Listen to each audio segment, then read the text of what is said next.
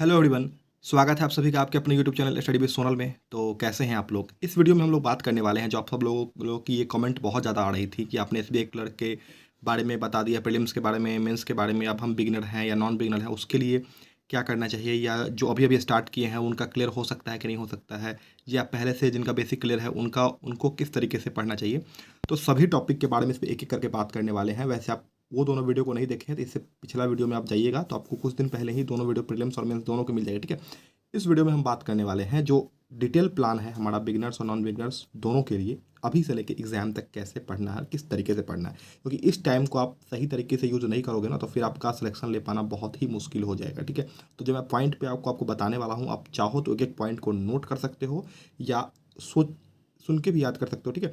जिस तरीके से आपको सही लगे वो चीज़ आप कर लेना। ये मैं डिटेल प्लान बनाने वाला हूँ, इसको पूरे ध्यान से आप लोग देख लीजिएगा एक बार, ठीक है। वीडियो को पूरा देख लीजिएगा, आपको एक एक डाउट क्लियर हो जाएगा प्रिपरेशन से रिलेटेड, क्योंकि फॉर्म का लास्ट डेट खत्म हो चुका है। अब आपको बस पढ़ना है। फॉर्म आपने अप्लाई कर दिया, जो भी करना था आपने वहाँ पे कर लिया। अब सिर्फ और सिर्फ आपको पढ़ना है, बस इतना सा काम करना है, ठीक है। तो अब हम लोग पढ़ते हैं, क्योंकि इंपॉर्टेंट वही है, पढ़ना, ठीक है। चलिए अब स्टार्ट करते हैं। उससे पहले आपको मैं एक मॉक की लिंक दे रहा हूँ डिस्क्रिप्शन बॉक्स में। प्रैक्टिस मॉक की वो लिंक है, बिल्कुल फ्री मॉक है वो। जाइए और उसको लगाइए, अपने स्कोर शेयर करिए मेरे साथ और बताइए कि आपके मॉक में कितने स्कोर आ रहे हैं, क्योंकि मॉक देना बहुत इंपॉर्टेंट है। आपको भी पता है प्रैक्टिस मॉक का जो होता है लेवल बिल्कुल एग्जाम लेवल का होता है। तो आप जाइए उस मॉक को दीजिए और अपने स्कोर बताइए, ठीक है। चलिए बात कर लेते हैं। सबसे पहले मैंने इंग्लिश को ही रखा है सब्जेक्ट में, क्योंकि इंग्लिश से बहुत ज़्यादा ही कुछ ज़्यादा ही डाउट आ रहा है कि मुझे इंग्लिश से प्रॉब्लम है, इंग्लिश में प्रॉब्लम है, जबकि इंग्लिश ऐसा सब्जेक्ट मतलब है नहीं पेपर। ये तो लैंग्वेज पेपर है। तो इसमें आपको क्या चाहिए पता होता है, प्रैक्टिस। जैसे कि आपका यदि इंग्लिश नहीं अच्छा होगा तो आपको हिंदी अच्छा होगा। तो हिंदी आपका क्यों अच्छा है, आप एक बार ये सोचिए, क्योंकि आपने प्रैक्टिस किया, शुरू से प्रैक्टिस किया। इंग्लिश की आपकी प्रैक्टिस नहीं की है, बट इंग्लिश उससे भी ईजी लैंग्वेज है। यदि आप देखो तो मैं खुद हिंदी मीडियम का स्टूडेंट था, बट मैंने उस तरीके से इंग्लिश को पढ़ा। एग्जाम के इसके लिए ही पढ़िए ज़्यादा, उससे ना ज़्यादा पढ़ना है ना कम पढ़ना है, ठीक है। तो चलिए स्टार्ट करते हैं। इंग्लिश में क्या करना चाहिए, सबसे पहले मैं हमेशा बताता हूँ, बिगिनर हो नॉन बिगिनर हो दोनों के लिए मैं बता दे रहा हूँ। ध्यान दीजिएगा थोड़ा सा आप लोग, ठीक है। दोनों के लिए बता रहा हूँ। आप दोनों को, जो भी बिगिनर नॉन बिगिनर है, न्यूज़पेपर पढ़ना बहुत इंपॉर्टेंट है, ठीक है। न्यूज़पेपर को आप रीडिंग करते ही रहिए, इसमें कोई डाउट नहीं कि न्यूज़पेपर कौन सा पढ़ना है। द इंडियन एक्सप्रेस का आप पढ़ सकते हैं, मैं डेली उसी को पढ़ता था। द हिंदू में नहीं पढ़ा। यदि आपकी इंग्लिश वैसे ही वीक है तो आप द इंडियन एक्सप्रेस ही पढ़िए, बहुत सही न्यूज़पेपर है। आप इसको एप्लीकेशन से ही पढ़ सकते हैं या न्यूज़पेपर खरीद के पढ़ सकते हैं। मैं अपनी बता दूँ तो मैं न्यूज़पेपर खरीद के पढ़ता था, ठीक है। और बात कर लूँ एक आपका, तो ये है कि आपको ग्रामर के बेसिक क्लियर कर लेने चाहिए, ठीक है। ग्रामर के बेसिक क्लियर करना चाहिए। मैंने क्लियर किया था निमिषा बंसल मैम के अनअकैडमी पर, एक आता था कोर्स उनका आरबीआई वाला, ठीक है। उससे मैंने सारा बेसिक क्लियर कर लिया था। तो आप चाहो तो किसी भी टीचर के, मैं ये नहीं कर रहा हूँ कि उन्हीं का करना है, किसी भी टीचर से आप बेसिक क्लियर कर सकते हो ग्रामर के, क्योंकि ये बहुत सारे लोग ये पूछते हैं कि बिना ग्रामर के हम कर सकते हैं। तो मेरा आंसर होगा नहीं, आप बिना ग्रामर के नहीं क्लियर कर, क्योंकि प्रीलिम्स आप गलती से कर भी लो क्वांटिटी में अच्छे मार्क्स ला के, तो फिर आपको मेंस फंसा देगा वहाँ पे, ठीक है। तो ग्रामर का बेसिक क्लियर आपको ज़्यादा से ज़्यादा 15 से 20 दिन लग सकते हैं, इसमें आप अच्छे से क्लियर कर लोगे, ठीक है। और जिनका बेसिक अभी तक क्लियर नहीं हो, फटाफट क्लियर करिए, क्योंकि आपको उनके रेस में आना है जो नॉन बिगिनर है, जो पहले से पढ़ रहे हैं। आपने अपने अभी स्टार्ट किया तो आपको उससे ज़्यादा मेहनत करना पड़ेगा। लास्ट में आपको ये भी बताऊंगा कि आपको कितने घंटे पढ़ना चाहिए, ठीक है। तो ये कर लेना है। उसके बाद खुद से रीडिंग कॉम्प्रिहेंशन, पारा जंबल, क्लोज टेस्ट और जितने भी और भी टॉपिक हैं इंग्लिश के, सभी की डेली प्रैक्टिस करना है। या तो आप डेली मॉक लगा लो या सेक्शनल भी मॉक लगा लो इंग्लिश का, या आप इसके क्वेश्चंस की कहीं ना कहीं से प्रैक्टिस करो। गाइडली से कर सकते हो, गाइडली के बंडल पीडीएफ से कर सकते हो, किसी भी चीज़ से आप कर सकते हो।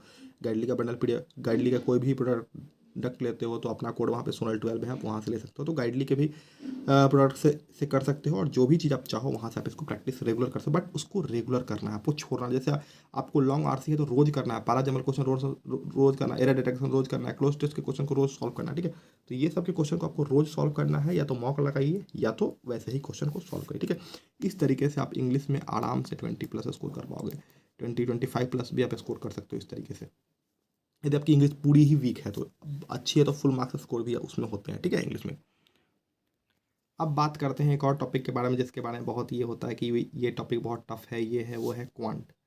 क्वांट को किस तरीके से करें। क्वांट में सबसे पहले मैं आपको बता देता हूँ कि आपको कैलकुलेशन स्पीड आपकी बहुत सही होनी चाहिए, ठीक है।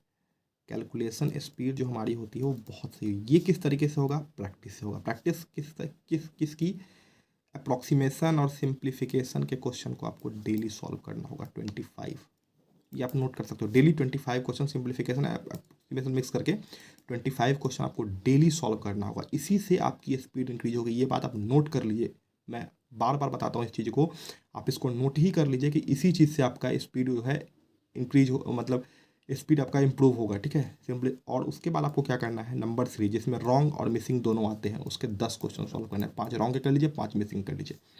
अब आता है डी आई के 5 क्वेश्चन आपको डेली सॉल्व करना है, ठीक है। उससे रिलेटेड एक है अरिथमेटिक, क्योंकि आपको अरिथमेटिक का यूज डीआई में हो सकता है। अरिथमेटिक में क्या करना है, मैं हमेशा बता रहा हूँ, जो बिगिनर नॉन बिगिनर है दोनों के लिए मैं बाद में बताने वाला हूँ, ठीक है। Percentage, ratio proportion, mixture allegation, SI CI, time and work and average, ये जो चैप्टर है इसको कंप्लीट कर लीजिए। आपको प्री मेंस दोनों में क्या, क्योंकि आप प्रीलिम्स का हो सकता है कैलकुलेटिव डीआई आ जाए, बट मेंस में जो आपको आएगा वो अर्थमेटिक बेस्ड डीआई ही होगा। तो आपको अर्थमेटिक स्ट्रॉन्ग करना चाहिए। जो नॉन बिगिनर भी हैं, जो अर्थमेटिक को छोड़ कर चल रहे हैं, तो ये गलती मत करिए। अर्थमेटिक को अच्छे से, इतने टॉपिक को जो मैंने बताया अभी उसको कर लीजिए, और डेली हर एक टॉपिक से 5-5 क्वेश्चन सॉल्व करिए। मैं इसलिए बोलता हूँ क्योंकि इसी से आपकी प्रैक्टिस होने वाली है, और किसी चीज़ से प्रैक्टिस नहीं होने वाली, ठीक है।